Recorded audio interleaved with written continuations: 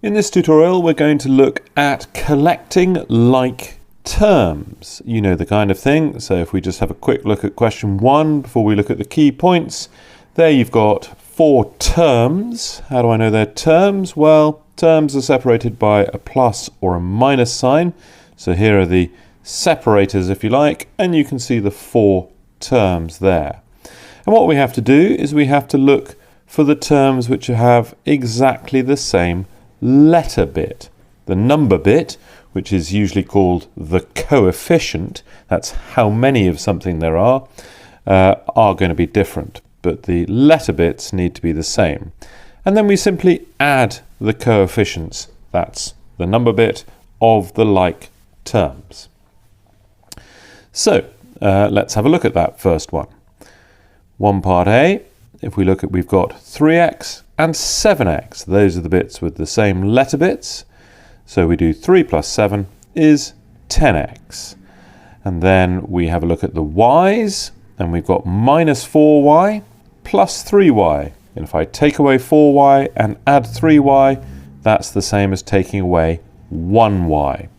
And so I have successfully collected the like terms there. Part B is a little bit more complicated because I've got PQs as well as P's and Q's, and those are the 2 terms with PQ in them, so the letter bits are exactly the same. And I've got 1 PQ and minus 3 PQ, and 1 take away 3 is minus 2. So the first thing is minus 2 PQ. Let's look at the P's here. I've got minus P there and plus 4P there. And take away 1P, add 4P is adding 3P.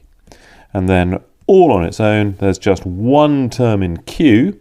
So that's the only term which has just got a Q. And so we can say plus 2Q. And I have collected the like terms.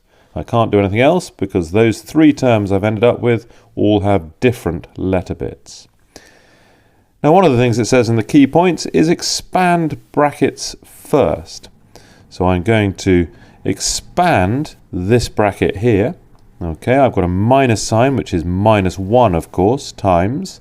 And I'm going to do minus 1 times the first term, minus 1 times the second term, and minus 1 times the third term, like that. So let's do that before we collect the terms. So I've still got the 3x squared minus 2x plus 4. And then I've got minus 1 times 2x squared, so that's minus 2x squared. And then I've got a minus times a minus here, and that makes a plus. And so that's plus 3x. And then I've got minus 1 times plus 6. Minus 1 times plus 6 is minus 6. And now I can go about collecting my like terms. I've got x squareds. 3x squared minus 2x squared is 1x squared, but we don't normally put the 1 in.